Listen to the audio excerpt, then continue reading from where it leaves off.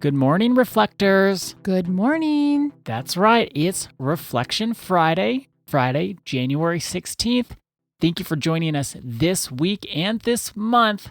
We got a whole host to reflect on, and I'm hoping I could start us off because I'm dying to reflect. Are you bursting with reflection? I'm bursting. I actually yesterday what it's talking about was you've been using this word lately, prelude. It was a prelude to my reflection. Okay. Yes. I have been reflecting so much on what helps me feel whole in my life. You're using your word of the year. Every day. I love this. You're using your word of the year because you talk about it not only on the podcast, but all day, every day. Because I'm going by the feeling. I'm listening to my body and I'm going and being directed by that sense of ease rather than a sense of weight, an inner ugh, a sense of burden. I'm following the path of wholeness. It has felt so good, and I can see there's a shift in even what I spend my time on just because I've been thinking about wholeness. Can you give us some examples? Well, the biggest one that I think would feel the best, it does feel the best, it does feel the best, is I have not spent really any time on my home computer. I've really only been on the computer that we use for work. And normally I'm not on it every day, or I wasn't on it every day, but I used it more than I wanted to. I'd look things up or write things down. And it got to this point where I was looking at and reflecting on, well, what does wholeness mean to me? And I thought about the time I spent on the computer, and I'm also trying to spend less time on my phone, and it feels so much better. That's as much of a decision as it was. It just feels better. And I think we can underestimate, all we really need to know is, does it feel good or does it feel bad? And feel good long term. Do you look back and say, yeah, that was great? Or do you look back and say, maybe it could have been better? I'm just going by, does it feel good? That's that sense of ease. And boy, does it feel a lot better. It feels better to be able to look at my evening and say, I didn't waste my time. Because that's how it felt before. I'd be on the computer, I'd be dinking around, looking things up, and then there goes your evening. There goes my evening. Scrolling on social media, on Facebook or whatever, and then say, well, what did I get out of that? Nothing, honestly. And that would be the feeling, is I'd shut the computer off, and then I'd feel like, that kind of felt like a waste. What did I do with my time? What did I do with my evening? Not anything I would be proud of.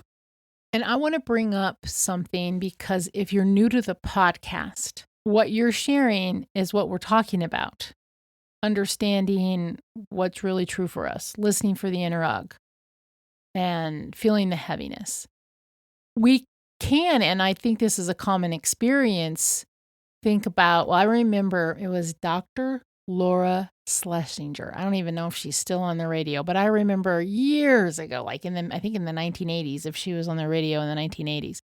I happened to be listening to her. I wasn't a devotee to her at all, but I was listening to her. You don't do devotee of anything. No, we don't.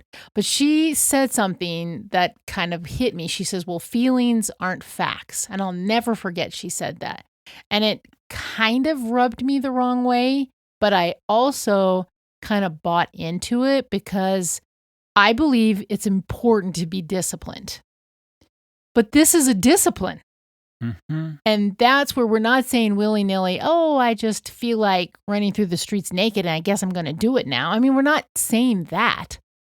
We're saying we have an inner guidance system, and it's there for a reason, to guide us, to give us inner wisdom. And we live in a society, or we can live in environments where we have shut that all down. That doesn't mean that we're not disciplined, because this is a discipline. It's much easier to be compulsive and just do whatever the heck. I'm using my anchored because I noticed I will say naughty words when I'm upset, not to people, but to myself. You say them to me sometimes. Well, yeah, to you, but I'm not. I say like I don't go talking naughty words to people at the grocery store or every now and then I might let one go in a session, but it's not something that I share with other people.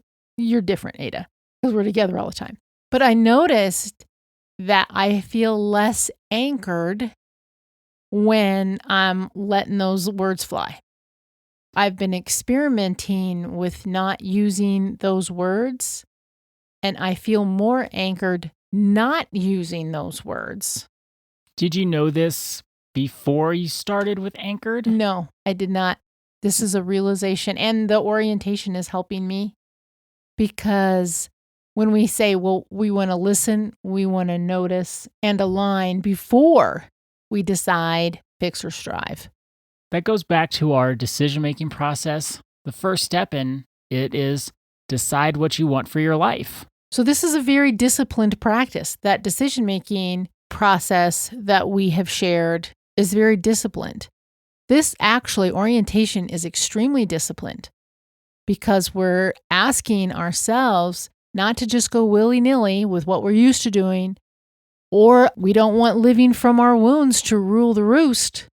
We want to be disciplined enough to honor our inner wisdom. We want to be disciplined enough to be aligned with our inner compass.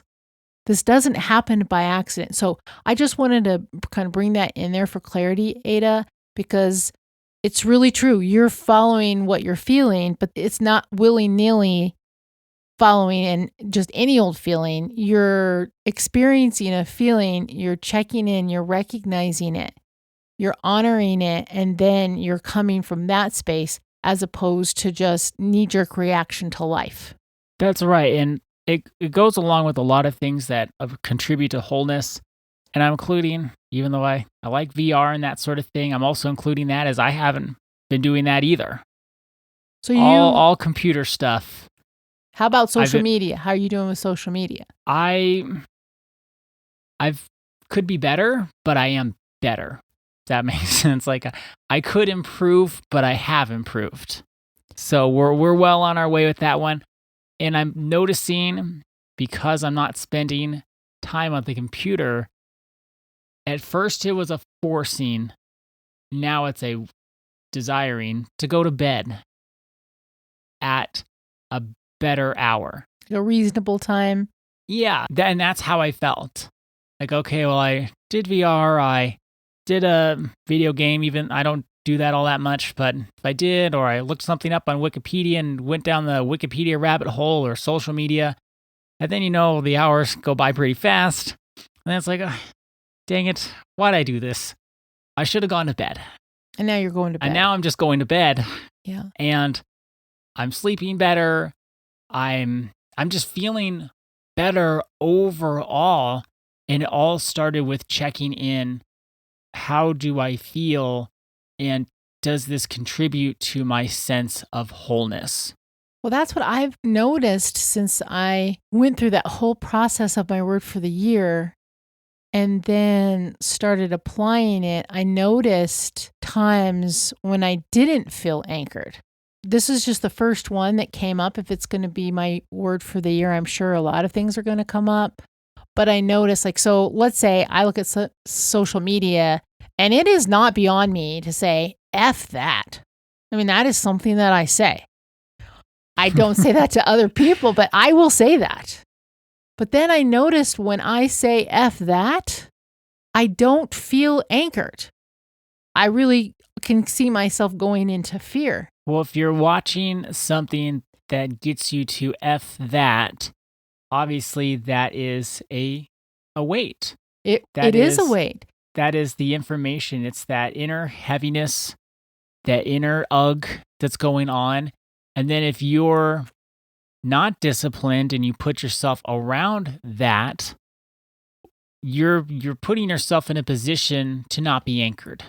Well, and so what I'm doing instead, and this is going to be something that I will continue to share, but yesterday when we were talking about clarity is more expansive, instead of just stopping at F that, I am trying to understand, so why don't I feel anchored in this? What about what I just read is causing me to go to that, as opposed to what is more my go-to in other areas is, okay, so why do I feel that way? Is there something I could do about it? I mean, I problem solve my way through, but there has been times, and it's more of when I just go straight to using language that really doesn't serve me. And I'm not going to be the language police here at all. It's just, for me, when I go to that space in my mind, F that, I also don't feel as anchored within myself.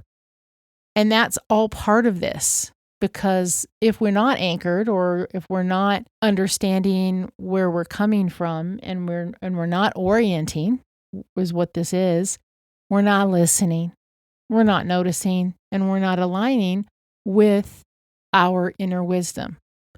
We're being compulsive. We're living from our wounds. We might be misbehaving as a coping strategy. I'm not demonizing any of that, but those are examples of healing work to be done, because that isn't the best version of ourselves. When I go straight to F that, that isn't the best version of myself at all. So our intention for today and for this weekend is a reflection question. How am I utilizing my word of the year? How am I utilizing my word of the year? Thank you so much for joining us today and this week. Our day is better because you are part of our day. See you Monday. See you then. I'm wanting something more.